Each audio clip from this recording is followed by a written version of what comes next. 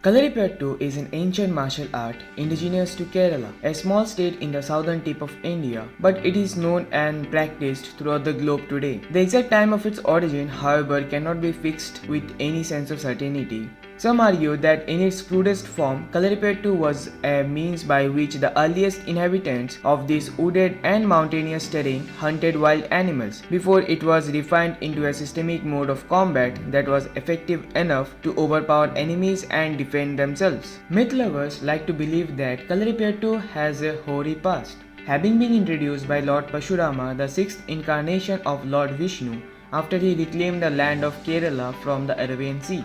While historians reject such claims, there is no consensus among them either, with their pegging the time of its birth anywhere between 200 BCE and 600 CE, and its cresting popularity between the 14th and 16th centuries. But what has never varied amidst all the claims and counterclaims is the awe with which chroniclers and poets of different periods recorded the complexity of the techniques, the liquid beauty of the moves, and the enviable elasticity of the practitioners of Kalaripayattu. With very little physical evidence to ascertain its point of origin, if one looks elsewhere, one finds specific reference of Kalaripayattu in songs that for a long time had only an oral tradition to speak of.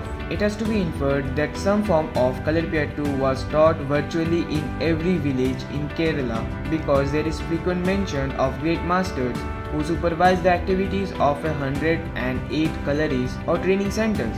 And there are numerous allusions to house names like Kalarippayattu and Kalaripayattu that openly point to the connection with this martial art. Kalaris were invariably situated near Devi temples, and the master used to be called Kuruppu or Gurukal. Traditionally, expertise in Kalaripayattu has been associated with machismo, and in olden times, those who could not wield the sword were considered lacking in masculinity and hence deserved to live only like slaves. However, there were references to women warriors who could match their male counterparts in all aspects of martial art.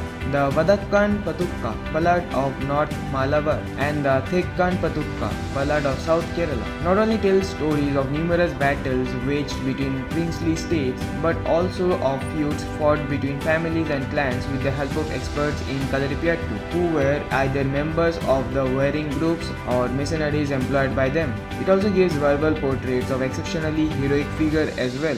The exploits of brave warriors like Tacholi Othinan, Arumal Chekavar, Kanappa Chekavar, and Unniyacha narrated in the Vadakkan Patukkal, and those of Idanathan and Iravikutty Pillai in Thekkan Patukkal are so vivid as to give them a semi-divine aura. It is rare to find a Malayali who has not been fed on accounts of their legendary skill and courage. They even feature in Theam and Theda, the ritualistic folk art form popular in Malabar, the northernmost region of Kerala. At various times in the history of modern Kerala, their lives have been presented and the motives behind their actions supervisedly interpreted through many a blockbuster movie. Such has been the influence of Kalaripayattu that many of its moves can be seen choreographed in dance performed by Hindus, Muslims, and Christians, like Urakkalli, Kolkalli, and Chavittu Natakam. Ritualistic dance forms like Parichamutukali, Patyani, and as well as the dance drama of Kathakali, in which combat moves have been styled to give them a stronger aesthetic appeal. Through the centuries, the Kalaripayattu experts were sought to form the armed retinue of rulers of princely states to conduct duels in order to settle inheritance disputes between male members of aristocratic families, to take revenge on chronic enemies, or even to settle personal scores. Although Kalaripayattu gave birth to numerous combatants who were invincible in the arena, in the course of time it proved no match for relatively modern war techniques that were unleashed on the state by invaders from neighboring provinces like Hyder Ali and Tipu Sultan in the 18th century, and later by colonizers from overseas like the Portuguese, the Dutch, and the British.